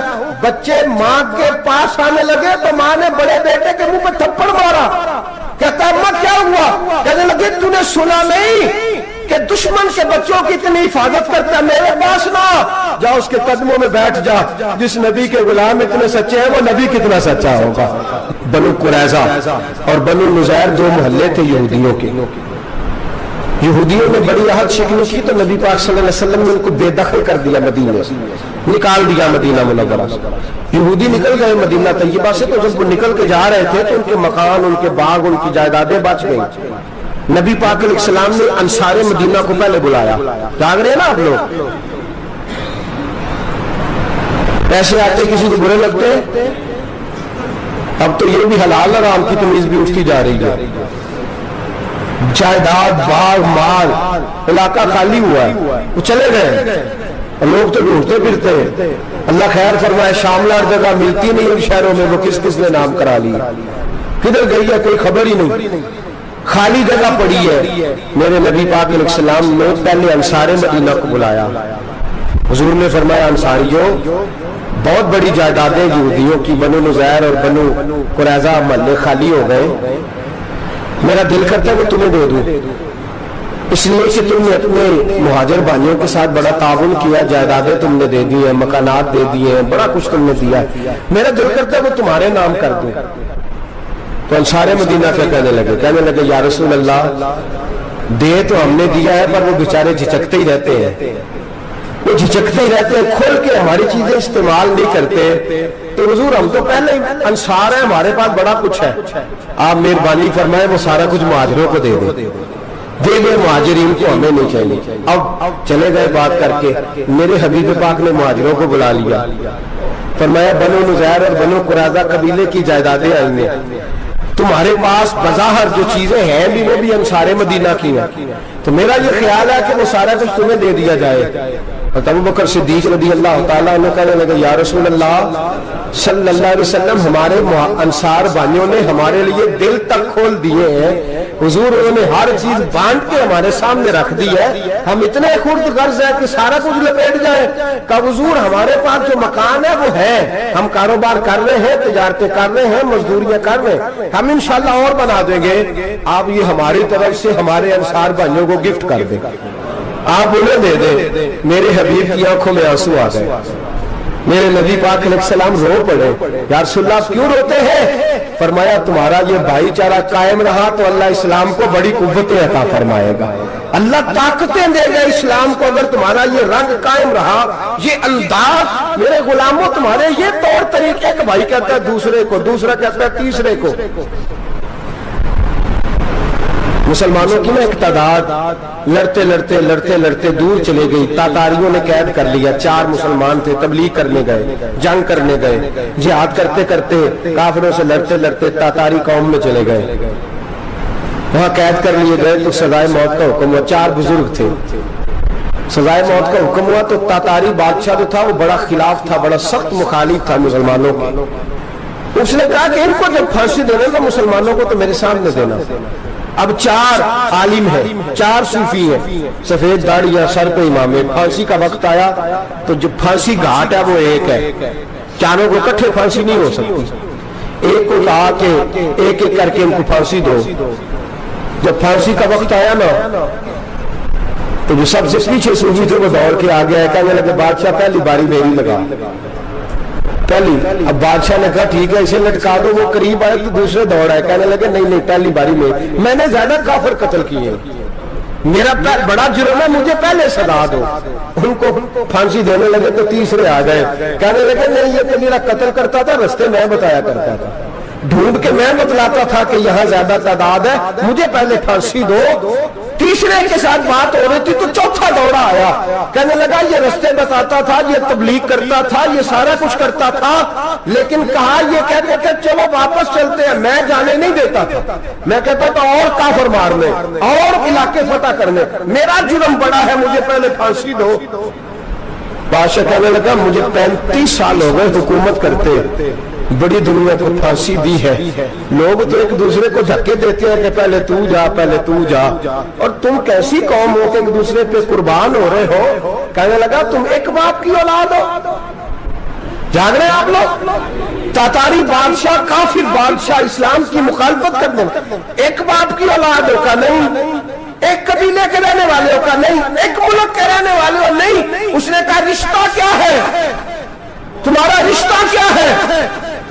تو بول کے کہنے لگے خدا ایک ہے نبی ایک ہے، خدا ایک ہے اور نبی منفرد ایک ہے، اس قوم کی نقصان بھی ایک، ایک ہی سب کا نبی، اللہ بھی قرآن بھی ایک۔ کیا ہی اچھا تھا ہوتے اگر مسلمان بھی ایک، یوں تو سید بھی ہو، مرزا بھی ہو، افغان بھی ہو، تم سبھی کچھ ہو بتاؤ کہ مسلمان بھی ہو۔ فرمایا ہمارا اللہ ایک ہے، نبی ایک ہے، تو کہا پھر ایک دوسرے پہ جان کیوں دیتے ہو؟ فرمایا ہمارے نبی نے ہمیں بھائی بھائی بنا دیا ہے، بھائی کا دل نہیں کرتا اس کی آنکھوں کے سامنے بھائی چلا جائے، ہمارا دل نہیں کرتا پہلے مجھے دے پہلے مجھے دے۔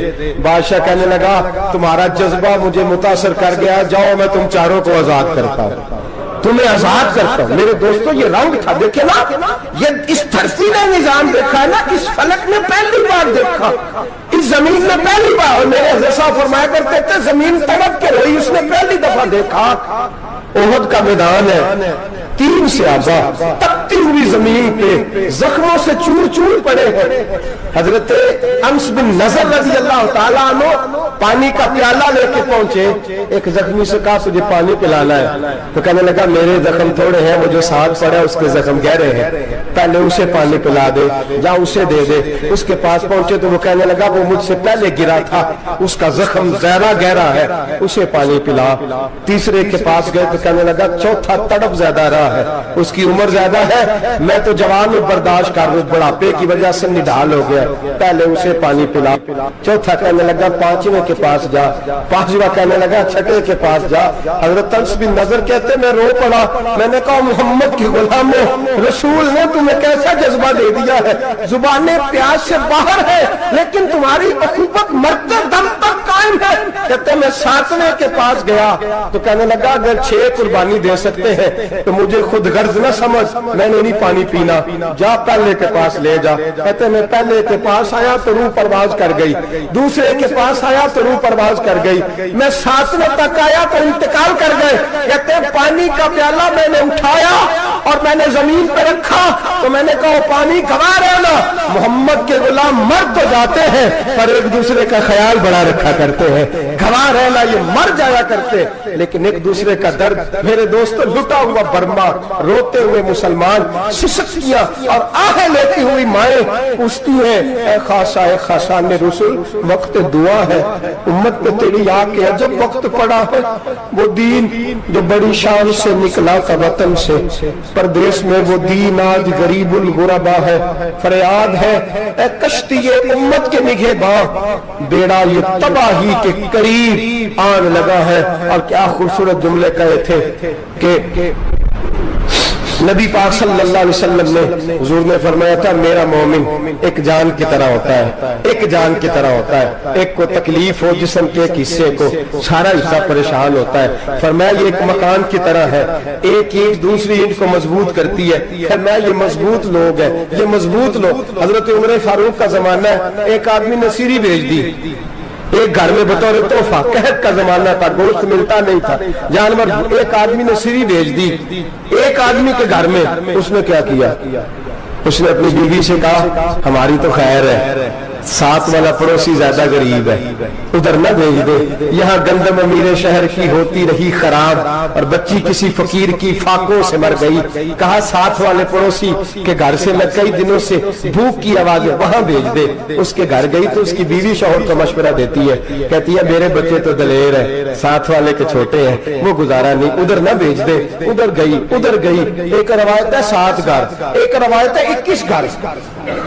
21 گھروں میں گھومتی ہوئی وہ شریف پھر پہلے کے گھر میں آ گئی اور پہلا صحابی کہنے لگا صرف تو نے محمد کا کلمہ نہیں پڑھا, باقی 20 نے بھی پڑھا ہوا ہے. صرف تو نے ہی رسول اللہ سے یہ درس نہیں لیا, باقیوں نے بھی لیا ہے. اور صرف تیرے اندر ہی جذبہ اظہار نہیں, تو ہی صرف مسلمانوں سے پیار نہیں کرتی, سارے ہی پیار کرتے ہیں. وہ شریف پھر آ گئی. اب کیا کرنا ہے, اب کیا کرنا ہے؟ امام نبوی نے لکھا ہے وہ کہنے لگی کرنا کیا ہے, پکاؤں گی میں اور کھائیں گے 21 گھر. پھر بھی اکیلے نہیں کھائیں گے, پکاؤں گی میں اور کھائیں گے 21 گھروں کے مطابق شوربہ پکا. اور پھر برتن میں ڈال کے وہ بی بی ایک ایک گھر کا دروازہ کھٹکھٹاتی ہے, کہتی ہے مصطفیٰ کے غلاموں نکلو باہر اور کھاؤ, اس لیے کہ جس نبی نے مجھے پیار کا حکم دیا اسی نے تمہیں بھی پیار کرنا سکھایا ہے. یہ رنگ چشم فلک نے سکھایا ہے.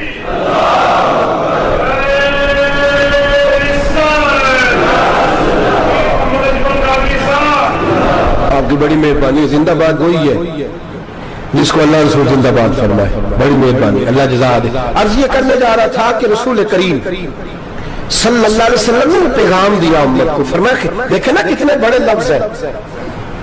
یہ نہیں فرمایا دوزخ میں جائے گا, یہ نہیں فرمایا کہ اسے جہنم کی سزا ملے گی. میرے نبی نے فرمایا میں اسے مومن مانتا ہی نہیں, میں اسے مسلمان اپنا مانتا ہی نہیں. حضور کسے؟ فرمایا جو پیٹ بھر کے کھاتا ہے اور اس کا ہمسایہ بھوکا سو جاتا ہے. میں مومن ہی نہیں مانتا. سزا تو تب ملے گی نا کہ جب میں کسی سزا کا اعلان کروں. میں مانتا ہی نہیں, تو میرا ہے ہی نہیں. خود پیٹ بھر کے کھا رہا ہے, ہمسایہ اس کا بھوکا, میں نہیں مانتا. انما المؤمنون اخوہ, مومن بھائی بھائی, میں مانتا ہی نہیں اسے. اور میرے حبیب پاک اتنے بڑے لفظ حدیث میں اور کہیں نہیں ملیں گے آپ کو, اتنے بڑے جملے کہیں نہیں ملیں گے. میرے نبی پاک نے فرمایا اللہ کہے گا قیامت کے دن کون اتنے بڑے لفظ حدیثوں میں ملتے نہیں جتنے یہ ہے. حضور نے فرمایا رب فرمائے گا بندے سے کہ میں تیرے پڑوس میں بھوکا تھا, تو نے مجھے روٹی کیوں نہیں کھلائی. کون کہہ رہا ہے؟ اللہ کہہ, میں بھوکا تھا تو نے روٹی نہیں دی, میں ننگا تھا تو نے کپڑا نہیں دیا, میں پیاسا تھا تو نے پانی نہیں پلایا, میں بیمار تھا تو تیمارداری. یا اللہ نہ تو کھاتا ہے, نہ پیتا ہے, نہ کپڑا پہنتا ہے, نہ تو بیمار ہوتا ہے. لا تاخذہ سنۃ ولا نوم, تجھے بیماری آتی نہیں, اونگ نیند نہیں آتی. میرے مالک تو میرے پڑوس میں تھا. تو حضور فرماتے ہیں رب فرمائے گا وہ جو بندہ تیرے پڑوس میں بھوکا تھا تو بندہ تو میرا ہی تھا نا. وہ جو بندہ تیرے پڑوس میں ننگا تھا تو بندہ تو میرا ہی تھا نا. وہ جو تیرے پڑوس میں پیاسا تڑپتا رہا تو وہ میرا ہی بندہ تھا. تو دوائی لینے جائے تو بڑے اسپتال میں اور اس بیچارے کو 20 روپے پرچی کے بھی میسر نہ آئے تو میرا ہی بندہ تھا. میرے دوست خیال کر اور یاد رکھ, یہ جو ہمسائے ممالک میں ظلم ہوتے ہیں, زیادتیاں ہوتی ہیں. ہمارے گھر کا پنکھا اچھا چلتا ہے, ہم جلوس اس وقت نکالتے ہیں جب ہماری لائٹ بند ہوتی ہے. ہم جلوس اس وقت نکالتے ہیں جب ہمارا ایسا جو ہمیں تنگ کرتا ہے. ہم اس وقت درد محسوس کرتے ہیں جب ہمارے گھر تک آگ آ جاتی ہے. یہ جو باہر آگ جل رہی ہے یہ تیرے گھر بھی آ سکتی ہے. یہ جو باہر فساد ہو رہا ہے یہ تیرے دروازے تک آ سکتا ہے. میرے رسول پاک نے ایک جان, مسلمان کو ایک جان قرار دیا. مجھے بتائیے انگلی کو کٹ لگ جائے, مسلمان ایک جان ہے نا, انگلی کو لگ جائے کٹ,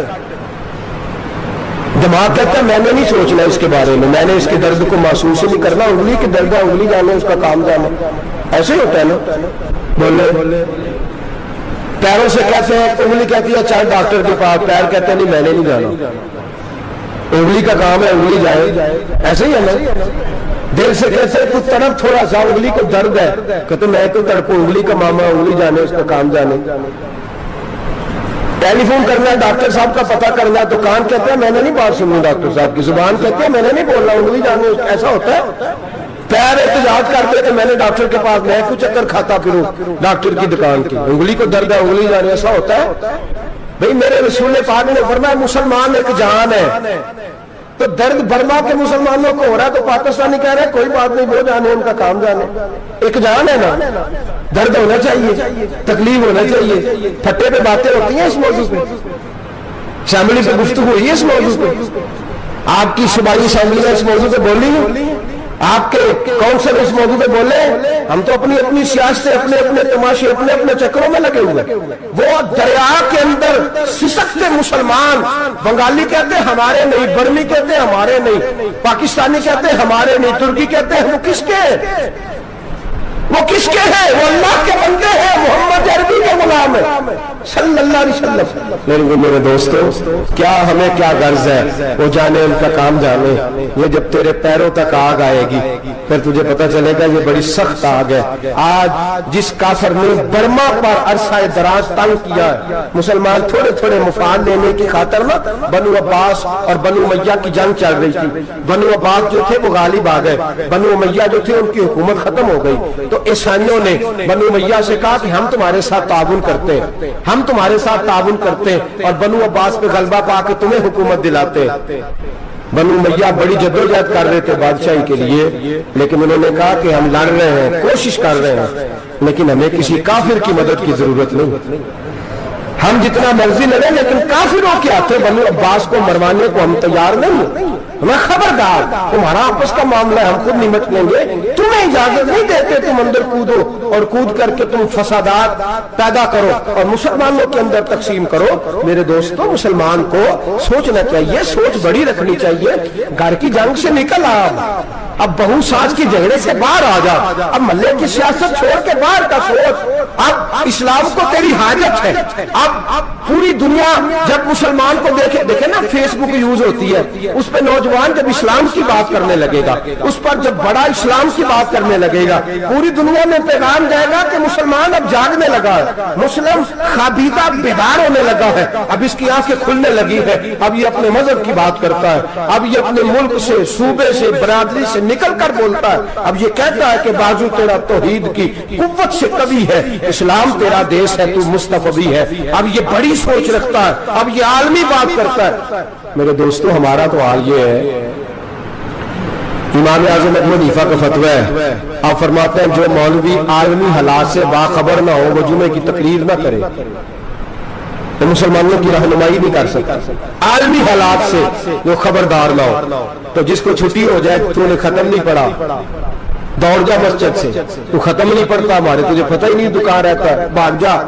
وہ عالمی حالات میں بات کرے گا کیونکہ بیچارے کو تو پتا میری سویرے چھٹی ہو جانی. سیاست کا لفظ چھیڑا نہیں تو میں گیا نہیں. یاد رکھے، وہ جو بیداری ہے، وہ جو اعلیٰ ظرفی ہے، وہ جو بڑی سوچ ہے، وہ جو ملت کی سوچ ہے، وہ جو قومیت کی سوچ ہے، وہ جو آگے بڑھنے کا زاویہ ہے، وہ تو اندر اقبال کہتا ہے گلا تو گھونٹ دیا اہل مدرسہ نے تیرا، گلا تو گھونٹ دیا اہل مدرسہ نے تیرا. تجھے تو مدرسے والوں نے پلیٹ پکڑا دیا کہ جا سویرے لنگر کٹھا کر کے لا اور دوپہر کو روٹیاں مانگ کے لا اور دیکھ آج مرا کون ہے، ختم کس کا پڑھنا ہے. تو گلا تو گھونٹ دیا اہل مدرسہ نے تیرا، اب کہاں سے آئے گی صدا لا الہ الا اللہ. تو گھونٹ دیا تیرا گلا، تو کیسے بڑی بات کرے گا؟ بڑی بات کے لیے بڑی سوچ چاہیے، بڑی تگودو چاہیے، بڑی کوشش چاہیے، بڑا حوصلہ چاہیے. مسلمان چھوٹی چھوٹی لڑائی میں، چھوٹی چھوٹی جنگ میں، ایک دکاندار دوسرے دکاندار سے لڑ رہا ہے، گلی والا دوسری گلی والی سے لڑ رہا ہے، محلے والا محلوں پہ اعتراض. ایک شہر میں رہنے والے میں نے دوسرے محلے پہ اعتراض کرتے دیکھے. یقین کریں، ایک شہر میں رہنے والے، علاقے میں بسنے والے کہتے ہو بھائی توبہ ہے اس محلے تو اللہ ہی بچائے. لا حول ولا قوت. وہ جو تقسیم در تقسیم کی سوچ ہے، اس نے چھوٹے چھوٹے ٹکڑوں میں مسلمانوں کو بانٹ دیا ہے. چھوٹی چھوٹی تقسیم ہے، چھوٹا چھوٹا ہمارا مزاج ہے، چھوٹی سوچ ہے. بڑی سوچ کی بات سنیے. صلاح الدین ایوبی، یاد رہے نا آپ لوگ، تو آخر حضرت صاحب ایڈی وڈی گل چھیڑ چڑی ہے، یہ مطلب ہی کوئی نہیں، کنے برما جانا ہے تو کنے مدد کرنی ہے. میں تو بڑی فریضہ سر انجام دے رہا ہوں. میرے نبی نے فرمایا برائی کو یا ہاتھ سے بدل، ہاتھ سے نہیں بدل سکتا تو زبان سے تو بولنا. تو میں معذور ہوں، کمزور آدمی ہوں، ہاتھ سے بدلنے کی طاقت نہیں رکھتا، تو دوسرے درجے پہ تو مجھے عمل کرنے دو نا. اثر کرے نہ کرے سن تو لے میری فریاد، نہیں ہے داد کا طالب یہ بندہ آزاد. رونے تو دو، تڑپنے تو دو، آہیں تو بہانے دو، سسکیاں تو لینے دو، مار کھائیے تو تڑپنے تو دو. وہ قرآن پاک برما میں پابندی لگی ہے تو میں یہاں سوچنے لگا ہوں کہ وہاں تو پابندی لگی ہے، یہاں پہلے لوگ کوئی نہیں پڑھتی. معاذ اللہ تعالیٰ حالات دن بدن مسلمانوں کے لیے ایک ایک کر کے. افغانستان میں جو آگ لگی تھی، پھر وہ عراق میں بھی لگی، پھر وہ لیبیا میں بھی لگی، پھر وہ مصر میں بھی لگی، پھر وہ یمن میں بھی لگی. سعودی عرب میں دھماکے ہوئے, میرا دل تڑپا ہے, مجھے پریشانی ہوئی, میں بچے پاس تھے, میں بڑا ڈسٹرب ہوا. میں نے کہا یار یہ ہمارا سب کا اجماعی عقیدت کا مرکز ہے, ہم کم از کم ہزار اختلاف کے باوجود کہا کرتے تھے کہ عرب میں امن ہے یار, وہاں سکون ہے, وہاں دکانیں کھلی چھوڑ کے لوگ چلے جاتے ہیں. وہاں بھی فساد ہونے لگا, وہاں بھی آگ بڑھ گئی ہے. لیکن ہم صرف چھوٹی چھوٹی کر کے جب آگ بجھانے کی کوشش کریں گے اس وقت آگ نہیں بجھے گی. جب ہر آدمی اپنے پیالے میں پانی لے کے آئے گا, ہر شخص اپنے گھر کی نل چلائے گا, ہر شخص نلکا چلائے گا اور پانی نکال کے یہ آگ بجھائے گا, تب یہ آگ بجھے گی. ہر آدمی کو کردار سوچ بڑی کرے, نظریہ بڑا کرے, ملت کی بات کرے, مسلمان ہو کے سوچے, مسلمان ہو کے سوچے. خدا را نکلے یہ گھر کے جھگڑوں سے, تھوڑی دیر کے لیے اپنے آپ کو بڑا کرے, بڑی سوچ آپ بنائیں. جب دوستیاں لگائیں, یارانے لگائیں, پھر چھوٹے موٹے حساب سے بچیں. بابا بلے شاہ صاحب فرماتے کوڑے ورک کتاب نہیں ہوندے, کوڑے ورک کتاب نہیں ہوندے, پتھر دل گلاب نہیں ہوندے, اور بلیا یاری سوچ کے لائی یارا نال حساب نہیں ہوندے. پھر ذرا نکلے اس حساب کتاب سے باہر, بلیا یاری سوچ کے لائی یارا نال حساب نہیں ہوندے. پھر ذرا بڑا ذہن کرے, چھوڑے اپنے حساب. یوسرون علی انفسہم ولنبلونکم بشیء من الخوف والجوع ونقص من الاموال والانفس والثمرات. پھر حساب کتاب سے نکلے, پھر امام علی مقام کی طرح یہ سوچ بنائے کہ حسین کے بچے چلے جائیں تو کوئی حرج نہیں, امت پر آنچ نہیں آنی چاہیے. ایک امام علی مقام, کل تک امام میدان میں کھڑے تھے تو اکیلے تھے, لیکن آج پوری دنیا کہتی ہے حسین ہمارا ہے, حسین ہمارا. آج نظریہ امام علی مقام زندہ ہے, تو اکیلا تو کھڑا ہو. یہ نہ کہا کر چھوٹی سی مسجد ہے, ایک کونے کا کھڑکاوا مولانا تقریر کر رہے ہیں تو کیا بنے گا, ایک آواز کہیں سے گونجا کرتی ہے, پھر اس میں تاثیر میرا اللہ پیدا فرما دیا کرتا ہے, پھر اس کے اندر قوت میرا رب پیدا فرما دیا کرتا ہے, پھر اللہ اس میں تاثیر پیدا کر کے چار دار عالم میں پھیلا دیا کرتا ہے. صلاح الدین ایوبی, مسلمانوں پہ ظلم ہوا, فلسطین میں آگ لگی اور پورے فلسطین کی گلیاں خون سے بھر گئی. ایک دن کے اندر 70,000 مسلمان قتل ہوا. گھوڑوں سے سڑکوں پہ چلا نہیں جاتا تھا, گھوڑے پھسلتے تھے, اتنا خون تھا, اور کچی سڑکیں تھی, اتنا خون تھا. پہلے کچی زمین میں خون پیا, پھر خون اس سے باہر آیا, پھر بھی اتنا سخت. 70,000 آدمی قتل ہوا. صلاح الدین ایوبی کون تھے؟ میرے غوث اعظم جیلانی کے مدرسے کے طالب علم تھے. جامعہ نظامیہ مدرسہ, یہ مدرسے ہیں جنہوں نے دین کے مجاہد پیدا کیے, مدارس ہے انہوں نے دین کے مجاہد پیدا کر کے پوری دنیا کے اندر پھیلائے ہیں. مدارس کے اندر دہشت گردی آئی, میں اختلاف نہیں کرتا, لیکن ابھی بھی مدرسے ہیں جن مدرسوں سے رسول اللہ کے دین کا سچا درس دیا جاتا ہے, امن پیار اور محبت کی فضا کو عام کیا جاتا ہے وہ مدارس, اور انشاءاللہ قیامت کی صبح تک وہ مدرسے قائم رہیں گے. صلاح الدین ایوبی مدرسے کے طالب علم ہے, مدرسے کا, لیکن مدرسہ اس کا تھا جو ساتھ درویش بھی تھا, جو ساتھ اللہ رسول کے احکامات محبت کے ساتھ پھیلانے والے. غوث اعظم جیلانی کا مدرسہ تھا, اس مدرسے کا پڑھنے والا طالب علم. دیکھیں نا, علم دین شہید کون تھا؟ نعتیں پڑھنے والا تھا نا, ختم دلانے والا تھا. احمد چیمہ شہید کون تھا؟ نعتیں پڑھنے والا تھا نا. یہ نعتیں وہ چیز ہوتی ہے جو دلوں کے اندر اثر پیدا کر دیتی ہے, جو نبی پاک کی محبت کو پروان چڑھاتی ہے, اور یہی چراغ جلے گا تو روشنی ہوگی. صلاح الدین ایوبی اکیلا اپنے دوستوں سے کہنے لگا مسلمانوں کی مدد کی, چند سالوں میں نکلو مدد کرے. انہوں نے کہا تیرے نکلنے سے کیا ہوگا؟ کہنے لگا میں نے نہیں نکلنا, میرے اللہ نے میری مدد کرنی ہے, میرے اللہ نے میری اٹھ باندھ کمر کیا ڈرتا ہے, پھر دیکھ خدا کیا کرتا ہے. میں مجھے نکلنے دے, اللہ میری مدد کرے گا. تھوڑا تھوڑا کر کے فوج جمع کی, کوشش کی. چند سالوں کے بعد اسی جگہ جہاں مسلمانوں کا خون بہا تھا, اللہ نے اسلام کا جھنڈا پھر سے بلند کر دیا.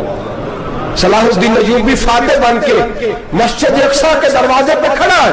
چند سال گزرے, عیسائیوں کا وہ ظلم ابھی یاد ہے, اور عیسائی سارے لیڈر کہتے ہیں تیاری کر لو, اب ہمارے بچے کاٹے جائیں گے, عورتیں بیوہ ہوں گی, گردنیں کٹیں گی. اب دیکھنا جتنا خون ہم نے بہایا تھا مسلمان اس سے دگنا بہائیں گے. صلاح الدین ایوبی گھوڑے پہ کھڑے ہیں اور پوچھتے ہیں اور عیسائیوں بتاؤ تمہارے ساتھ کیا کروں؟ گردنیں جھک گئیں, جواب کوئی بھی نہیں. تم نے 70,000 مسلمان ایک دن میں مارا تھا, بولو تمہارے ساتھ کیا کروں؟ تم نے ایک دن میں مسلمان یوں کاٹے جیسے گاجر مولی کاٹی جاتی ہے, بولو کیا کروں؟ عیسائی کہنے لگے ہمیں اپنے ظلم یاد ہے، تشدد یاد ہے، بربریت یاد ہے، تو بہتر جانتا ہے تو نے کیا کرنا ہے۔ صلاح الدین ایوبی گھوڑے پہ فاتح کھڑا ہے، آنکھوں میں آنسو آئے، تڑپ کے رویا، کہنے لگا میں تمہارے ساتھ وہی سلوک کروں گا جو میرے مصطفیٰ نے قریش مکہ کے ساتھ فرمایا تھا، لا تسرب علیکم، جاؤ تم پر کوئی زیادتی، جاؤ تم آزاد ہو۔ اس نے کہا تو کر کیا رہا ہے؟ کہنے لگا میں کیا کروں، میں اس محمد کا ماننے والا ہوں جس نے معاف کرنا سکھایا ہے صلی اللہ علیہ وسلم، میرے پیروں میں زنجیر ہے رسول اللہ کی غلامی کی، جاؤ تم آزاد ہو۔ اس نے کہا تم آزاد ہو، لوگوں نے کلمہ پڑھنا شروع کر دیا، اشہد ان لا الہ الا اللہ واشہد ان محمدن عبدہ۔ سارے قبیلے کے کچھ نہ کچھ لوگ مسلمان، ایک قبیلہ رہ گیا مسلمان ہی نہیں ہوتا۔ صلاح الدین ایوبی اپنے خیمے میں بیٹھے تو ایک بی بی آ گئی، اس قبیلے کا کوئی شخص مسلمان نہیں ہوتا۔ بی بی آئی، آگے کہنے لگی میرے 4 بیٹے جنگ میں کھو گئے، چھوٹے چھوٹے بچے جنگ میں کھو گئے، مل نہیں رہے، فوجیوں کو حکم دے مجھے میرے بچے تلاش کر کے دے۔ صلاح الدین ایوبی نے جھٹ پر سر پہ امامہ باندھا، نیزہ پکڑا، سینے بند باندھا، اپنے جبے کو سمیٹا اور باہر کہنے لگی تو کدھر جا رہا ہے؟ کہنے لگا میں خود تیرے بچے تلاش کر کے دوں گا۔ صلاح الدین چند سپاہی ساتھ گلی گلی نکلے، گلی گلی فجر کے نکلے، اثر ہو گئی، تھک گئے، 2 نمازیں صحرا میں پڑھی، جنگل کے اندر پہنچے تو ایک کونے میں 4 بچے ایک جگہ ڈرے اور سہمے ہوئے بیٹھے ملے۔ صلاح الدین ایوبی اٹھا کے لائے، ماں کو کہنے لگے تیرے بچے ہیں، نکلا اس لیے تھا کہ میرے نبی نے فرمایا بچے جدا ہو تو ماں کو درد بڑا ہوتا ہے، اور میرے رسول نے فرمایا تھا جب جنگ کرنے جاؤ تو کھیت برباد نہ کرنا، فصلیں تباہ نہ کرنا، بچوں کو ماں سے جدا نہ کرنا۔ فرمایا میں سوچ رہا تھا تیرے بچے کہ میری وجہ سے جدا ہوگا تو مصطفیٰ کو جواب کیا دینا۔ فرمایا تیرے بچے ڈھونڈ کے لایا ہوں۔ بچے ماں کے پاس آنے لگے تو ماں نے بڑے بیٹے کے منہ پہ تھپڑ مارا، کہتا اماں کیا ہوا؟ کہنے لگے تو نے سنا نہیں کہ دشمن کے بچوں کی اتنی حفاظت کرتا ہے، میرے پاس نہ جا، اس کے قدموں میں بیٹھ جا۔ جس نبی کے غلام اتنے سچے ہیں وہ نبی کتنا سچا ہوگا، جس نبی کے نوکر اتنے کھڑے ہیں وہ نبی کتنا کھڑا ہوگا، جا کے کلمہ پڑھ لے۔ میرے دوست یہ اسلام ہے جس نے غیروں کا درد بھی اپنے سینے میں رکھا۔ اقبال کہتا ہے سارے زمانے کا درد ہمارے ہی سینے میں ہے، برما کا مسلمان ہو یا عراق، لیبیا، افغانستان، کشمیر کا مسلمان ہو، میرے دوست وہ غیر نہیں ہے، وہ تیرا اپنا ہے۔ اس کا رنگ نہ دیکھ، اس کی بولی نہ دیکھ، اس کا قبیلہ اور علاقہ نہ دیکھ کہ وہ تیرے رسول کا کلمہ پڑھتا ہے، وہ دیکھ کہ وہ کعبے کی طرف منہ کر کے نماز پڑھتا ہے، دیکھ کہ تیرا اور اس کا نصاب زندگی قرآن ایک ہے۔ میرے دوست کچھ نہیں کر سکتا تو دعا تو کر دیا کر، کچھ نہیں کر سکتا تو التجا تو کر دیا کر۔ اللہ کے حضور یہ تو کہا کر کہ اللہ مسلمان جہاں بھی ہے تو ان کی مدد فرما، اللہ مسلمان جہاں بھی ہے تو ان کی غیبی امداد فرما۔ یہ دعا تو میرے دوست ضرور کیا کرو، سوچ بڑی کرے۔ جب بھی آپ بولیں، جب بھی آپ لکھیں، جب بھی کسی سے بات کریں تو بحیثیت مسلمان کے بات کریں، بحیثیت ایک نبی پاک کے غلام کے بات کریں۔ اپنی زندگی اس انداز میں ترتیب دیں کہ پہلے آپ مسلمان ہیں، اس کے بعد آپ کچھ اور ہیں۔ پہلے اسلام کی بات کریں، بڑی بات کریں، بڑے حوصلے کی بات کریں، پھر اسلام کو قوت ملے گی، پھر بیداری امت کو نصیب ہوگی۔ اللہ کریم برما کے مسلمانوں کو اپنی رحمت کی ٹھنڈی چھاؤں نصیب فرمائے، ہمیشہ مدحت خیر الانام میں گزرے۔ دعا ہے یہ عمر درود و سلام میں گزرے۔ آخر دعوانا ان الحمدللہ رب العالمین۔ صلی اللہ علی محمد۔ چنگا لگدا ہے علی والا، سونا لگدا ہے علی والا، سونا لگدا ہے علی والا، چنگا لگدا ہے علی والا، علی والا والا علی والا، چنگا لگدا ہے علی والا، سونا لگدا ہے علی والا۔ کسے بھی میدان چو، کسے بھی میدان چو، سن لے سن لے سن لے، نہیں بھجدا علی والا، نہیں بھجدا علی والا۔